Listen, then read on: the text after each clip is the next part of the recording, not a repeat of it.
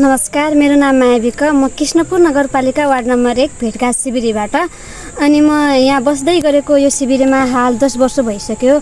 10 वर्ष हुँदाखेरिमा पनि अब मेरो ड्याडी 7 साल अगाडि गाडी घटनामा पर्नु भएको थियो। अनि मेरो दुईवटा सानो भाइ छ, एउटा आमा हुनुहुन्छ।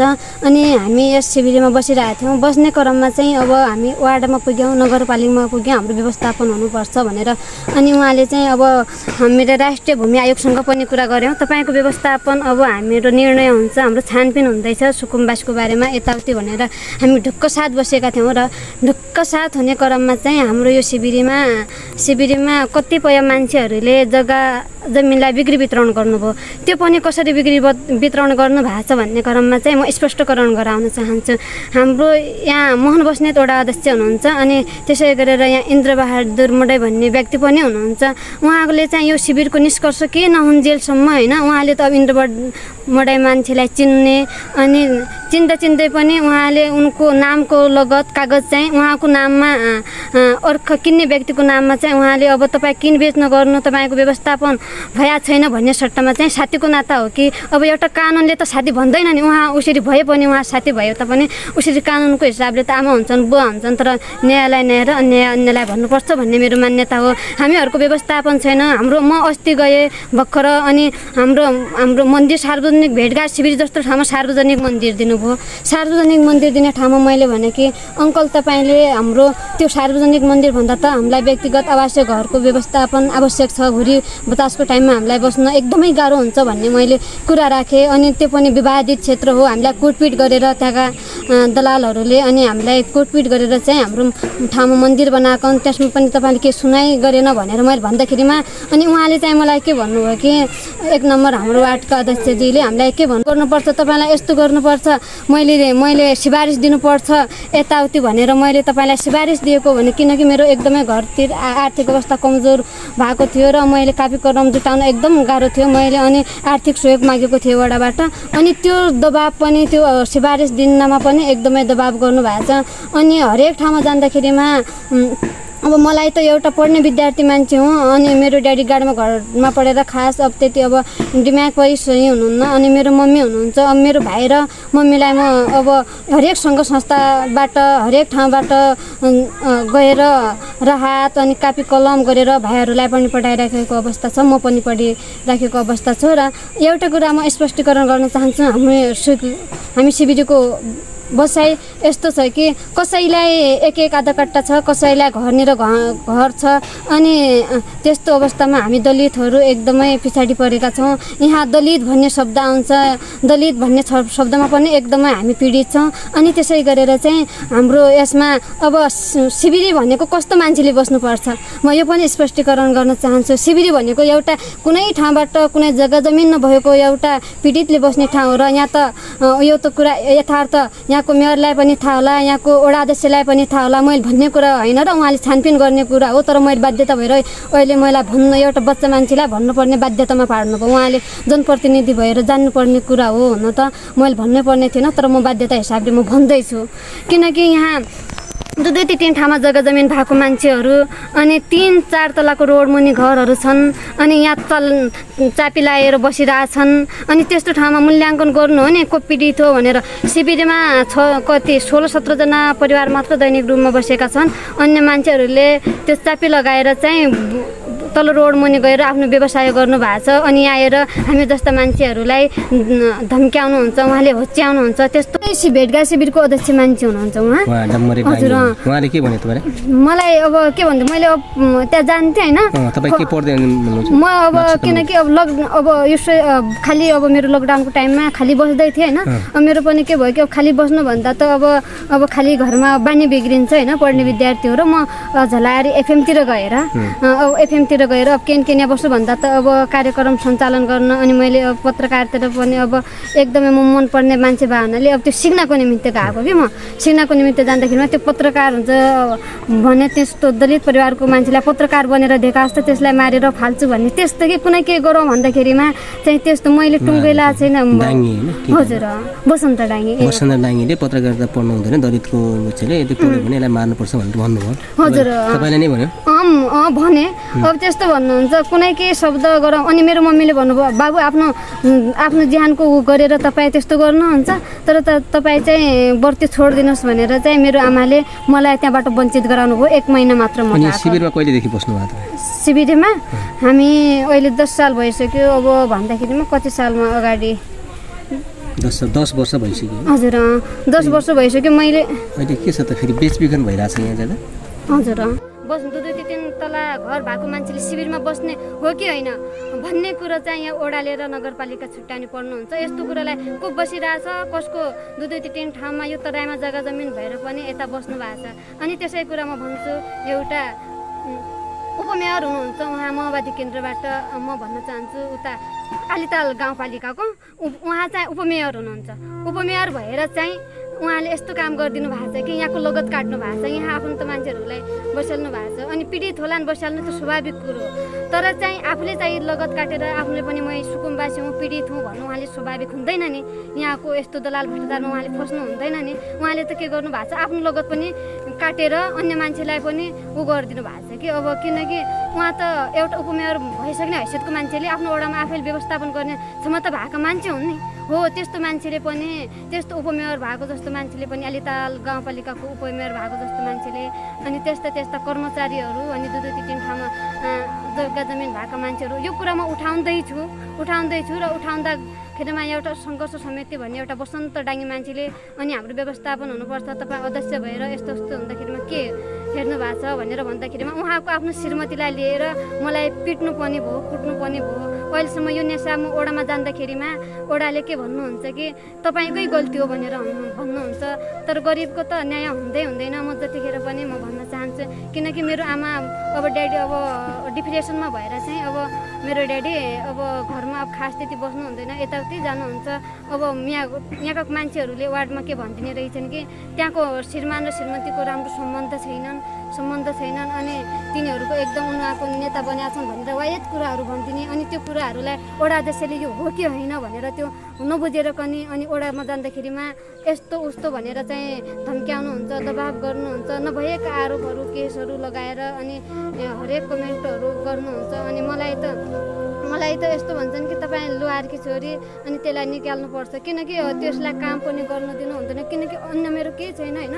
मैले एउटा जर्नालिस्ट मास कम्युनिकेसन पढ्ने इच्छा गरेको र म अनि त्यहाँ अर्जुन दाईसँग कन्ट्याक्ट गरेर त्यहाँ सिक्छु जान्छु भन्दाखेरिमा त्यो लोहारकी छोरीलाई त्यो पत्रकारिता त्यो जर्नालिस्टमा अगाडि बढ्न दिनुहुन्न है त्यसलाई मार्नुपर्छ यस्तो उस्तो आफ्नो जीवनसँग मैले कुनै के गर्छु भन्दाखेरिमा पनि आफ्नो जीवनसँगको मृत्युको सुकुम्बासी उहाँहरूलाई दिन्छ या दिँदैन नेपाल सरकारले अहिले यो सुकुम्बासीहरूलाई यो जमिन दिने या नदिने निर्णय गरिरहेको छैन होइन? छैन त्यस्तो केही छैन। त्यही पनि अब यो पाउँछन् कि पाउँदैन तर बेचबिखन हुन्छ होइन? हुन्छ अनि म भन्छु कि हाम्रो दिनहरू कहिले आउँछन् कि होइन अब हाम्रो त अब बिक्री वितरण भइसक्यो अनि व्यवस्थापन पछि हुन्छ भन्छन् यहाँ बिक्री वितरण सुरु भइसक्यो सुरु भइसकेको छ तर व्यवस्थापन भएको छैन। हजुर यिनीहरू अब शिविरमा बस्ने पीडितहरू हुन् कि दलालहरू हुन् यसरी बुझ्नुपर्छ छुट्याउनुपर्छ भन्ने मान्यता। अनि यहाँ 3 तलाका चाहिँ महलहरू छन् होइन? हजुर यदि मैले त भन्छु यदि मैले 2-3 तलाको घर रोडमा मैले तपाईँलाई देखाउन सक्दैन यहाँ बस्दैन भनेपछि यदि मैले झुटो बोलेको छु भनेपछि तपाईँ मेरो हतगढ लगाएर तपाईँ मलाई जेलमा पनि हाल्न सक्नुहुन्छ। त्यसमा पनि यदि मैले झुटो बोल्नु हुँदैन कसैको होइन नभएका कुराहरू भन्नु हुँदैन कसैलाई झुटो गर्नु हुँदैन। यदि मैले त्यस्तो रोडमा मैले 2-3 तलाको घर लगाएर यता बस्छन् मैले त्यो देखाउँदैन भनेपछि तपाईँ मलाई सिधा ओडाले कारबाही गरोस् मलाई नगरपालिकाले कारबाही गरोस् म कारबाहीको सजाय पनि तपाईँ अहिले पनि हेर्नुहुन्छ म अहिले पनि हेर्न सत्य प्रमाण लाउनुहुन्छ भने पनि उता चापी लाउनु भएको छ उता 3 तलाको घरमा स्पष्टीकरण गरेर देखाइदिनुहुन्छ यही नजिकमा रोडनेर यहाँ चाहिँ घरमा चाहिँ अहिले ताला लगाएको चापी लगाएको छन्। अब यो किनकि बस्ने होइनन् हामीलाई दुःख दिन मात्र आएका आफू हुन्थेन न हामी हुन्थेन किनकि उनीहरू नभए पनि सरकार छैन भन्ने अब त्यही भएर म भन्छु कसरी पीडित भन्ने अनि मैले दलाल भ्रष्टाचारी भन्नु भएन अनि दलाल भ्रष्टाचारी भन्दाखेरिमा कुट्न पिट्न आइदिने मैले दलाल भ्रष्टाचारी भनेको कारण त ओडाले पनि त किन भन्यो कसरी भन्ने कुराहरू सोध्ने कुरामा चाहिँ ओडा अध्यक्षले चाहिँ त्यसरी तिमी दलाल तिमी भ्रष्टाचारी भनेर एक उल्टै दबाब गर्नुहुन्छ। ओडा अध्यक्षले तपाईँलाई त्यस्तो भने होइन? हजुर आफै बेचबिखनमा चाहिँ ओडा अध्यक्षको पनि सहमति छ कसरी मैले बुझाएको थिएँ मैले यसको सहमति छ भनेर होइन। अब इन्द्रबहादुर भन्ने मान्छेसँग दैनिक बसेको मान्छे उहाँसँग होइन उहाँले चाहिँ मैले नापीमा थाहा पाएँ मिलो मतो रहेछ भन्दाखेरिमा नापीमा चाहिँ ओडा अध्यक्षसँग फोन गर्नुभयो मेरो नामको कागज चाहिँ उता उता उनको नाममा गरिदिनुहोस् भनेर भन्नुभयो नि होइन। उहाँले त किन गर्ने, तपाईँ पीडित होइन भनेर भन्नु सक्दैमा नै उहाँले एउटा त्यसरी डाइरेक्ट उनको नाममा चाहिँ गरिदिनु। उहाँको नाम अहिले इन्द्रबहादुर बौराईको लोगत भएको नाममा उहाँको कागज बनाउनु भएको छ। त्यो वडा अध्यक्षले फोन मार्फत नै वडा अध्यक्षले चाहिँ उहाँको इन्द्रबहादुर डाङ्गेको काम वडा अध्यक्षले चाहिँ फोन मार्फत नै गरिदिन्छ। मैले यस्तो पनि सुनेको छु, यो बसन्त डाङ्गले पनि म 6-7 लाख रुपियाँ दिएपछि यो घर बेचिदिन्छु हुन्छ, तल लागेको छ नि हो त्यो घर बेचिदिन्छु भन्नुभएको छ अरे होइन। 6-7 लाख रुपियाँ भएपछि होइन। अब त्यस्तो अझै पनि ग्राहक खोज्दैछन् अरे, अझै पनि बेच्दैछन् उनीहरू। तर तिमीहरूलाई चाहिँ यो जग्गा हामी पाउँछौँ कि पाउँछौँ भन्ने पनि आशा छ कि छैन होइन? छ कि छैन। तर बेचबिखन चाहिँ वडाले गरिरहेछ, वडाको संलग्नमा चाहिँ बेचबिखन। घरनिर घर छ, हामीलाई बस्न एकदमै गाह्रो भइरहेछ। यिनीहरू यसरी ताला चापी लगाएर ती 3 तलाको घरमा उता यहाँको सङ्घर्ष समितिको अध्यक्षको घर छ यहाँ शिविरको, यिनीले ताला चापी लगाएर रोडमा बस्न हुनुहुन्छ। उहाँले ग्राहक खोज्दैछन् अरे यो घरको निमित्त 6 लाखको बारेमा। अनि हामीलाई बस्ने ठाउँ छैन, उहाँले चाहिँ अब यसरी चापी लगाएर मैले त के भने हामी यो घरमा बस्छौँ, हामीहरूलाई हो नि त यस्तो, हामीहरू कस्तो अवस्थामा बसेका छौँ, यिनीहरू अगाडि कसरी बस्नु भएको छ। हजुर यो अगाडिको चाहिँ उहाँले चाहिँ यो जमिन नापी गर्नुभयो होइन। अब नापी गरिसकेपछि चाहिँ अब हाम्रो यो यस्ता घरहरूलाई नापी गर्नु भएको छ। एउटा शौचालय जोत्नु घर छ, अनि शौचालय जोत्नु घरलाई अब मान्छेहरू सुत्दाखेरिमा पनि अप्ठ्यारो हुन्छ। यो घरलाई नापी गरेर चाहिँ यस्तो हामीले व्यवस्थापन गर्नुपर्छ भने हाम्रो वडाले सुन्नै भएन। बरु सुन्दाखेरिमा तपाईँको विरोध आएको छ है भनेर उताबाट भनिदिने, यहाँ हामीलाई कुट्न पिट्न आउनुभयो र त्यही भएर कुट्न पिट्न आफ्नो ज्यान जाँदाखेरिमा पनि अनि हामी नापी गराउन बाध्यता भयो। कुट्दिन्छौँ मारिदिन्छौँ भन्ने धम्की आयो हामीलाई, अनि हामी नापीमा संलग्न भएको। अनि यो चाहिँ यो घर होइन, यो घर यो एउटा घर हो, यो एउटा घर हो, यो एउटा घर हो होइन। यस्तो यो भएको छ। अब यसलाई सुरक्षित आवास नभएको हाम्रो चाहिँ अब नापी भन्नु भएको छ। यहाँको हाम्रो बस्ने ठाउँ छैन, यसलाई नापी गरेर चाहिँ यसमा चाहिँ अब नापीमा पनि विरोध गर्नु काट्छु मार्छु भन्ने भयो। अनि यस्तो ठाउँमा नापी गरेर यो सुरक्षा आवास हो कि होइन? कति घरहरूले एउटा यो घर मात्र होइन, यो त हो 20, यो 56-16 परिवारलाई चाहिँ हाम्रो यस्तो भएको छ होइन। यदि सबैको चाहिँ यस्तै नापी भएको चाहिँ हामी पनि मन चित्त बुझाउँथ्यो होइन। उतापट्टि तपाईँले केही भिडियोमा पनि देख्नु भएको छ, उतापट्टि व्यवस्थापन भएको छ। अनि यी आमातिनहरूलाई पनि सोध्नुहोस् हामी कति पीडा छौँ मार्ग भन्नु छ, उहाँहरूलाई पनि तपाईँ सोधिदिनुहोस्। र हामी यस्तो अवस्थामा छ, हामी बाध्यता भएर मार्छौँ काटिदिन्छौँ, धम्की आइसकेपछि त अब मान्छेलाई सबैको आफ्नो ज्यानको माया लाग्छ र अब हामीले पनि त्यसमा अब बाध्यता भएर च्यामा भयौँ। नमस्कार, मेरो नाम पार्वती हो। अब के भने बुवा बजाएका सासू ससुराको पालामा पनि हामी त अब सुकुम्बासी छौँ, नाउँमा जग्गा नभएका। त्यही हुनाले अब यसरी बस्याउँ अब बैठबरी क्या दियो यो आफूको काम गरेर खाना आउँ, केही जग्गा छैन, जिउ छैन। अनि हेर्नुहोस् यस्तो बिचबिचमा राखेका छन्, हामीलाई वर्किङ छैन, फर्किङ छैन, खेतीबाली लगाउने ठाउँ छैन, सागसब्जी लगाउने ठाउँ छैन, एउटा हामीले टोयलेट बनाउने ठाउँ छैन। यस्तो पीडा मार्कामा छौँ हजुर। हामी के गर्ने, हामीलाई कसो गर्ने अब? एकदमै पीडा छ। जमिन कति छ? यति हो यति हो त्यो हेर्नु न, ऊ यहाँ बार छ त हेर्नु न, ऊ त्यो झालपात त्यति हो। 2 जोर जमिन त है, 2 छोरी जति छ हजुर यसमा है। त के जानु एकैको थाहा छैन। ती दलित बरु एकै ठाउँ कोचाइकन हामीलाई त त्यो वर्किङ ठाउँ छैन, फर्किने ठाउँ छैन। अब तडी पाखुरो छन् बेलासम्म पो मजबुरी झ्याडी मजुरी गरी खाने। अब जब तडी पाखुरो बस्यो भने हामीले कहाँबाट के गरी खाने? अब जग्गा जमिन सानो भए पो कहीँ बसी नि पत्र कात्र बनाएर त कहीँ ती अब 1-8 महिना त हामी लगाएर खान्थ्यौँ, त्यही पनि छैन हामीलाई। हेर्नु कता जाने, के गर्ने? गोतिलो राम्रो छ, रोड साइड हामीलाई यो नजिकको किन नरम पारे खाने, दलित बढीकै ठाउँ कोचाइदिए खाने। महोत्सवमा चाहिँ उता हाम्रो माननीय प्रधानज्यूलाई पनि भेटेको थिएँ र मैले प्रधानमन्त्रीज्यूलाई मैले चाहिँ अब आफ्नो पीडाको बारेमा निवेदन एउटा दिनुभएको थिएँ। मैले माननीय प्रधानमन्त्री को हुन्? प्रधानमन्त्री हाम्रो पुष्पकमल दाहाल प्रचण्डज्यूलाई मैले केही छिन अगाडि हाम्रा माननीय हाम्रा देशका प्रधानमन्त्री पुष्पकमल दाहाल प्रचण्डज्यूलाई मैले यता महेन्द्रनगरमा भेटेको थिएँ, महेन्द्रनगर कार्यक्रममा। र मैले केही आफ्ना कुराहरू मैले उहाँलाई लिखित रूपमा दिएको छु र मैले केही कुराहरू भनेकी पनि थिएँ। अनि किनकि मेरो घर यही हो, अनि मैले यो युट्युब च्यानल मार्फत मैले मेरो पीडा र मेरो बस्तीलाई, अनि हामी दलित जो पीडा छ हामी 16-20 परिवारको यो पीडालाई उहाँले एकदमै मध्यनजर गरिदिनु होला।